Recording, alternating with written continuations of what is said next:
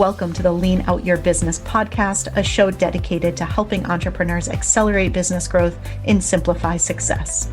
I'm your host, Crista, and I've been working with businesses for more than 2 decades to help them lean out and optimize what's working while eliminating anything that's not adding value.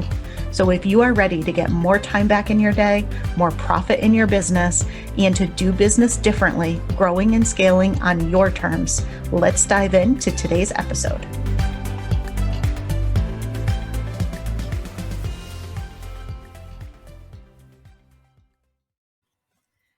Hello, everyone, and welcome to another episode of the Lean Out Your Business podcast. Today, I have a special guest with me, and I'm really excited to introduce you to Amanda Edwards. I'm going to tell you a little bit about her, but I had the pleasure of being on her podcast earlier this year and just instantly connected with her and love so much of the work that she's doing that I knew I wanted to bring her on the show to share all of her wisdom and magic with all of you. So Amanda, thanks so much for being here. I'm so happy that you're here today.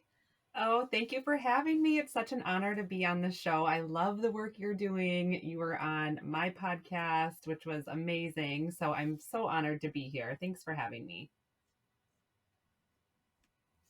Absolutely. So let me tell you guys a little bit about Amanda, and then we are going to dive into a nice, juicy conversation today. So Amanda Edwards is a business mentor who helps women put their gifts and strengths to work in order to make more impact and find more fulfillment. And who does not want that? Amanda has led accounts and sales strategy for the past 15 years, working with Fortune 100 companies in the technology industry. And she's created the internationally chart ranking Imperfectly Ambitious podcast, which is an excellent podcast, to equip you with the tools to help you pursue your own version of success and break through what holds you back. So, Amanda, first thing I want to dive into, because I love and hear you talk about often imperfect action. Obviously, the name of your podcast and business is Imperfectly Ambitious. So, what does imperfectly ambitious mean to you? You know, that's a very good question. And I'm glad you asked because Imperfectly Ambitious, that came out and it just came to me one day because so many of us, and I'm sure your listeners can relate to this, you're ambitious and you're checking all the boxes, and you might be a little bit of a perfectionist or you might be a little bit of a people pleaser, and you're kind of checking these boxes and you're an achiever, right? Like you're going after it, you're going after your goals. And yet there's this part of you that might be holding yourself back because you're not quite sure. Like, there's something else, you need to do. You're being pulled for something more. And yet it might be a little bit out of your comfort zone, even though you're an achiever and you're not quite sure how it's all going to unfold or how that whole journey is going to look. And it doesn't feel safe because you're like, well, I can't see the whole picture. So I'm just not going to start. I'm going to stay right here in my safe zone. And it's like, Imperfectly Ambitious is go after those ambitions one step at a time, not needing to see the whole picture perfectly, just taking the first step and trusting and knowing that that's just going to lead to the next step and you're going to be okay. You know how to handle it. Look at all you've done so far. Look at where you've gotten. So just keep following those breadcrumbs. You don't need to wait to see the whole picture.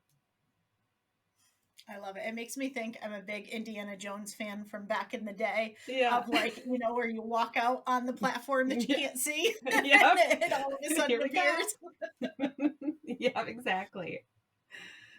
I love that though. I think it just makes so much sense because for the high achievers out there, which I know all of you listening are high Mhm. achievers, it can be a little uncomfortable to do things without that 100% Yeah. super detailed, know all the things plan, or that high confidence that we're going to get it absolutely right the first time that we go out and do it. So I really love everything that you're talking about and how you encourage people to just take that imperfect action and just get started. Yeah, because that leads to momentum. You take that step and you see, like, okay, I did it. That wasn't so bad. And now you're energized and you're excited. And then it's easier to keep that momentum and keep moving forward one step at a time. And even if it's, an inch or a foot, you're still moving forward depending on where you're at in your life, what else you have going on. You can decide the pace, but still move forward one step at a time. Yeah. And I know, so many of the high achieving, entrepreneurs out there are also very impact driven, right? They're in this because they want to make a big impact. They want to both feel fulfilled and help Mhm. other people, get fulfillment out of whatever results it is they're looking for. So, how do you recommend that people maximize their impact and really feel fulfilled in the work that they're doing? Mhm. I think a lot of that comes from just a lot of self-awareness and really understanding, like you said, what is the impact you want to make? And then understanding like your strengths and your gifts and how you can put those to work in the day to day in bigger ways and scale those in ways that now is you're making an impact and a contribution in serving other people through your business, through your podcast, through whatever it is, through your work, and then that comes full circle, and that's when you feel more fulfilled. But it's really being honest with yourself on what is it that you want to be known for? What's the impact you want to make? What's the legacy you want to leave behind? And then how are your gifts and your strengths that you likely take for granted because it comes so naturally to you, and so you're probably disregarding some of those, and you're racking your brain thinking that you have to get better at something else or you should become an expert in this or that, when really what you need to focus on is what you're already good at, and it's amplifying that in bigger ways and creating opportunities to bring that to life more, right? So that could be, for example, seeking out the conference to speak at. Don't wait to be asked, right? Like seek it out. Who can you talk to? How can you figure out if you could speak there? Figuring out like how you could go contribute at something else that just is in your realm, where you know that if you were to do that, you would feel in your element and feel lit up. So you have to seek out those opportunities where you know you would feel like you're on fire and that you're all you would love it, and then that's when you're contributing in a big way. Yeah, definitely. And I really like that, right? Amplify what you're best at. And I think so often if you probably have a good idea of the things that you're good at.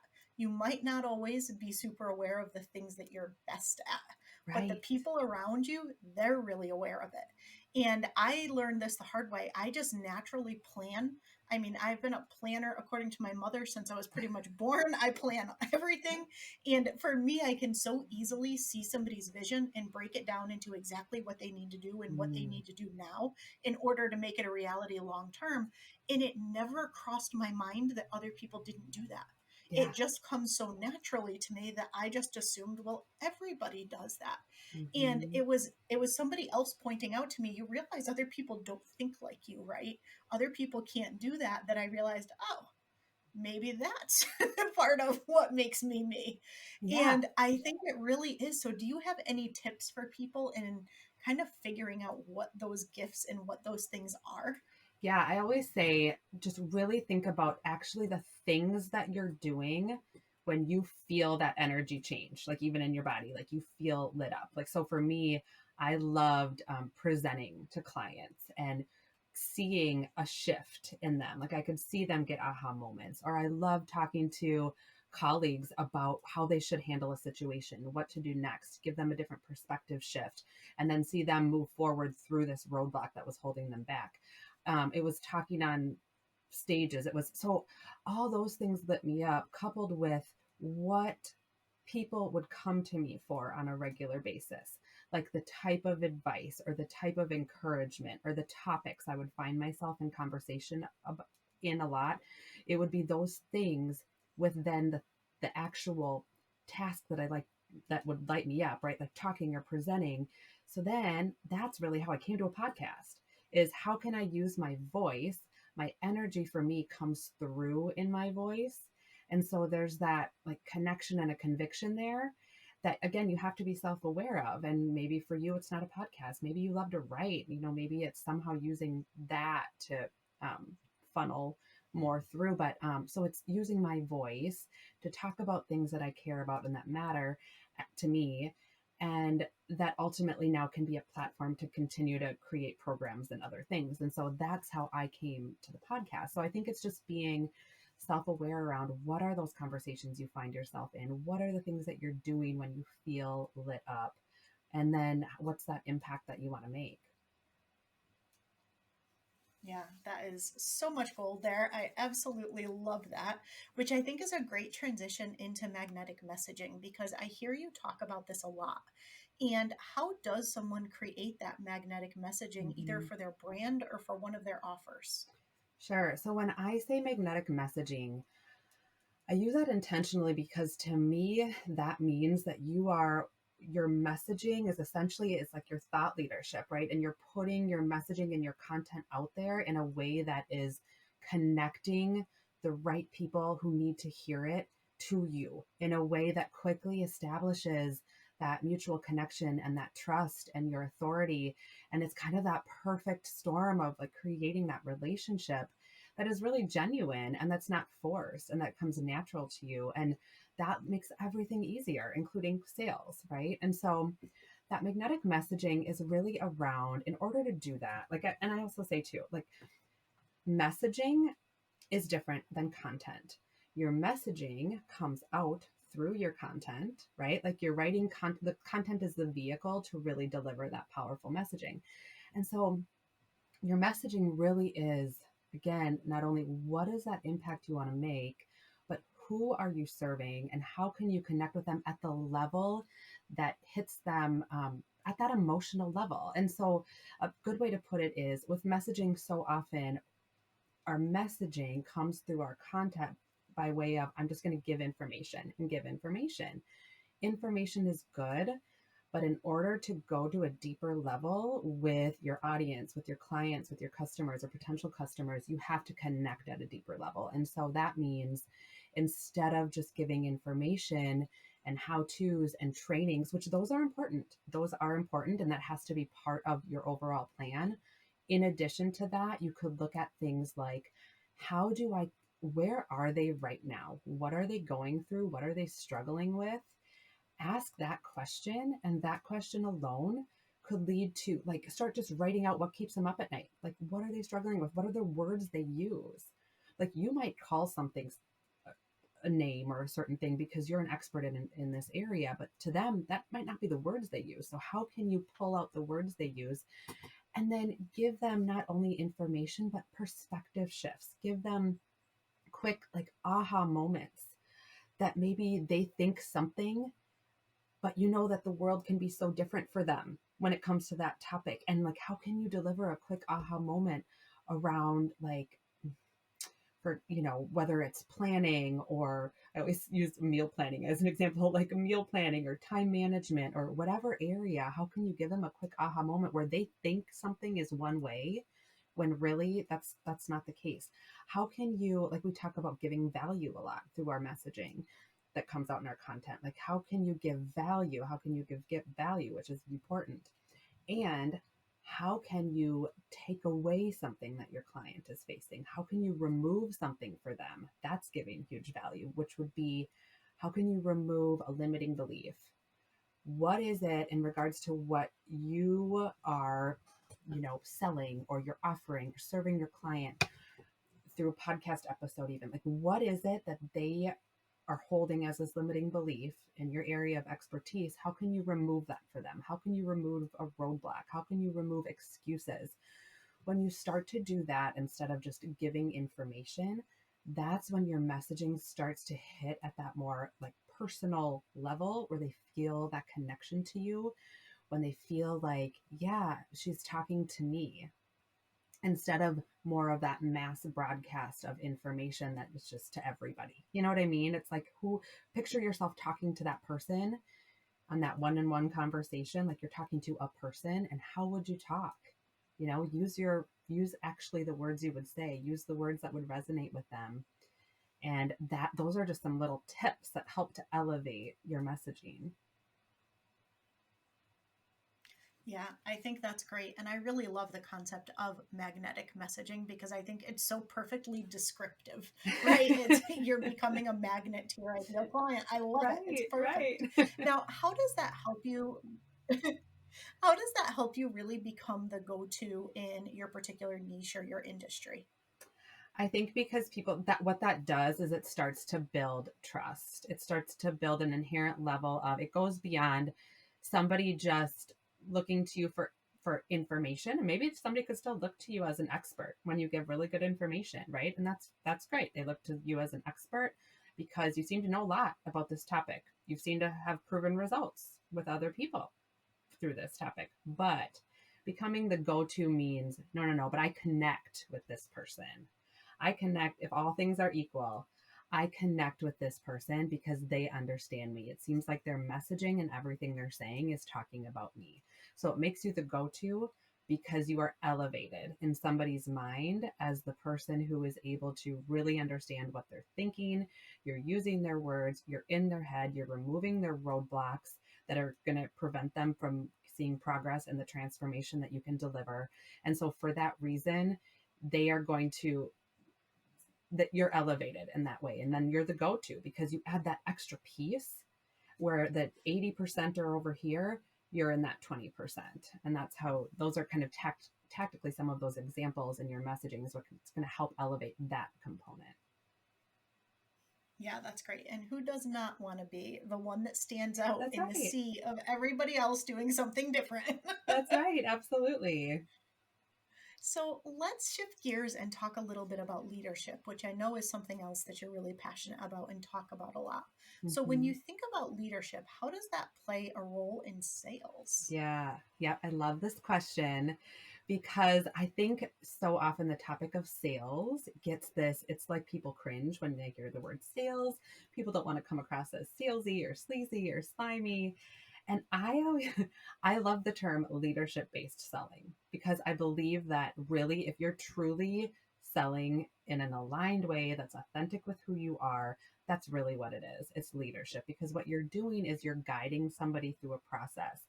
And the leadership part beyond that is really, again, leadership on any level, you have to have self awareness. And your self awareness, again, around who you are, what you bring to the table, what you can offer somebody, the transformation you can deliver, and how you can use your individual strengths, again, to come through and shine through in order to guide that process and really bring yourself into the process so that those people can have a chance to, again, resonate with you at a different level. And so it's that self awareness and the communication and influence part of leadership is critical in the sales process. You have to be able to communicate not only like the tactical expectations and what people can expect from your process and your product and your offering, but you have to be able to communicate what it's going to do for them. You have to be able to have that influence and positive persuasion beyond, you're not trying to convince somebody of anything. It's more like you have that influence to say, here's what's possible.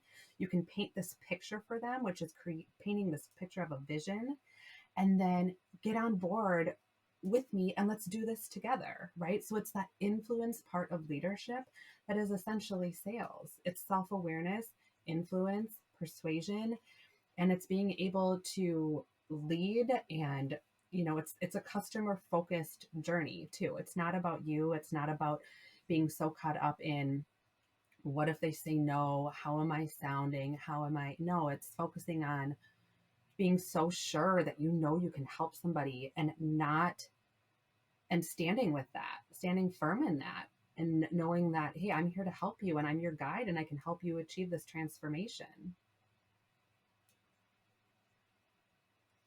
Yeah, I love that. And I think that's such a great way to think about and approach sales because I know some people love sales, but Yeah. a lot of people, I would say more more often than not, really do not look forward to sales calls in any way, Yeah. shape, or form. Yeah, no, So, I absolutely understand. I hear that too. More often than not, that's the case. And I think it's just remember to remember how you're able to serve the person that's on the other end of the line, and remember up until that point the value that you've likely hopefully been delivering to them, whether that's through content, whether that's through various messaging, whether that's through different opportunities they've had to work with you in the past, or freebies, or whatever you call whatever it is you're offering. you're delivering them value. And now it's time to explain to them and offer to them what's next for them, what's next in that logical process to get even more value for them to even see a bigger transformation and to change how they like your component of the world for them, right? Like you're able to deliver something different than they have now. Yeah. And that's what it's all about. It's actually helping your customers to get the results that you Yeah, want, or right. what the results that they want. Right. If you're working out of Okay. integrity, that's another thing, right? If you're working out of integrity and you're not actually believing yourself in the results that you're communicating, then something is off there and it has to be revisited. And, but if you're working in integrity and you actually believe it and you know that you're delivering the value and you're confident in what that can bring to your customers, that will shine through. Absolutely. So I'd love for you to tell people a little bit more about your journey and how you got into doing what you do today, and then tell people where they can find more about you and what you've got coming up next. Sure. Well, this started for me. This is probably about 5 years ago now. I just kept feeling this pull that there was something else I had to be doing. Everything was great on paper. I always loved my career.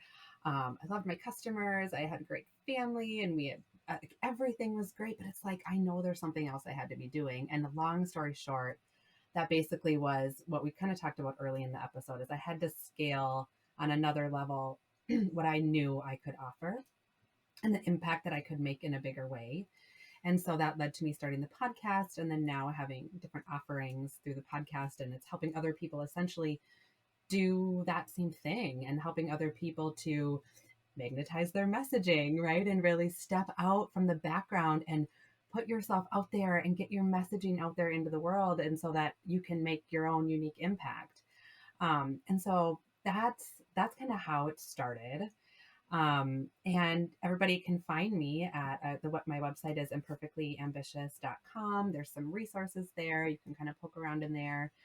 Imperfectly Ambitious Podcast, anywhere you listen to podcasts. And I'm working on now, there's some magnetic messaging coupled with some different, podcasting programs coming up, which I'm super excited about, helping people get into really refining their messaging, what it is they want to be known for, the impact they want to make. And then if they want to deliver that by way of a podcast and really create that connection. So there'll be programs around messaging coming up soon. That's super exciting, and I cannot wait for those. So, I want to round things out, and I cannot wait to hear your answer with the question that I ask everybody, which is, how do you work smarter, not harder, and keep things lean in your business? Very good question. So, and that's been having to happen a lot lately because it's just a lot of unpredictability. But, I do a lot of, for me, and this is, I'm going to maybe do two answers if that's okay with you, because there's one, and I've been Of talking course. about this a lot recently, is when in doubt. Because I think so often we can keep going and we're trying to do more and we're trying to do all the things and we feel like, oh, I'm behind in this area. So, and then you get overwhelmed. And I like when in doubt, get back to basics. Get back to what you know works. In my case, I believe when in doubt, if you can focus your time and energy on one thing today that's going to help move the needle, it always comes back to people and the relationships. So, who is it that you can reach out to? Who is it that you can send a voice note to? Who can you send a quick note to that's could lead to, it doesn't have to be an immediate result, but you're either advancing the relationship, you're nurturing the relationship, or it maybe could lead to your next step in the sales process. But either way, the focus is on an interaction, on a human to human interaction. So that's number one, is like when in doubt, what relationship can you focus on right now? Number two, kind of more in what you're saying, keeping it lean is a lot of like batch work. A lot of batch work as far as, okay, let's figure out on what day am I going to work on this type of messaging or content, for example, and I'm going to get that all together. And that way I'm all set for the next few weeks or the next month, whatever that looks like. And just trying to simplify and processes like that. And really, that's the one that comes to mind right now, is that batch working in particular, because I'm doing a lot of content and messaging.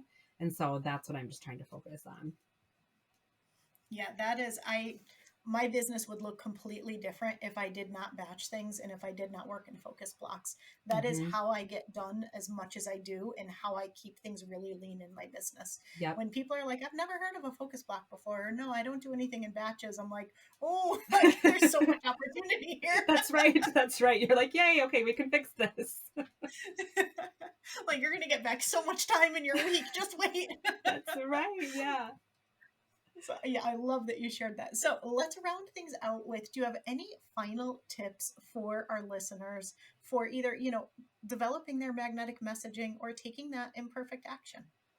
I think just really don't be afraid to put yourself out there. Just think about what it is. Like, what always keeps me going is I think about, like, at the end of the day and at the end of my life, what is it? Am I going to regret not doing this? Like, if you know you have to do something, take that first step. Like, just take the first step and everything else will reveal itself. And be true to what it is you know you need to do, regardless of what you think everybody's going to say, regardless of the people who aren't going to understand, or what if this doesn't work out. Just take that step, pull in people who can help you along the way, figure out who it is that you resonate with, or who it is that is doing something that you want to be doing, and see how you could work with them, or see how you could get help from somebody. Or but it's just taking that first step and not letting yourself hold yourself back, because that's what happens, is we hold ourselves back more than anything else will hold us back.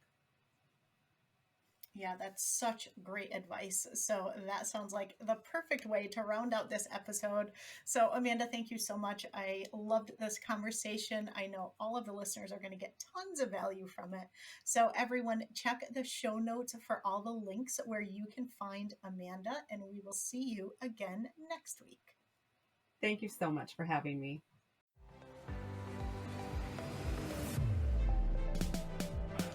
Thank you for joining me for another episode of the Lean Out Your Business podcast. I hope you got a lot of value and actionable insights from today's show, and would love if you take a moment to leave us a review.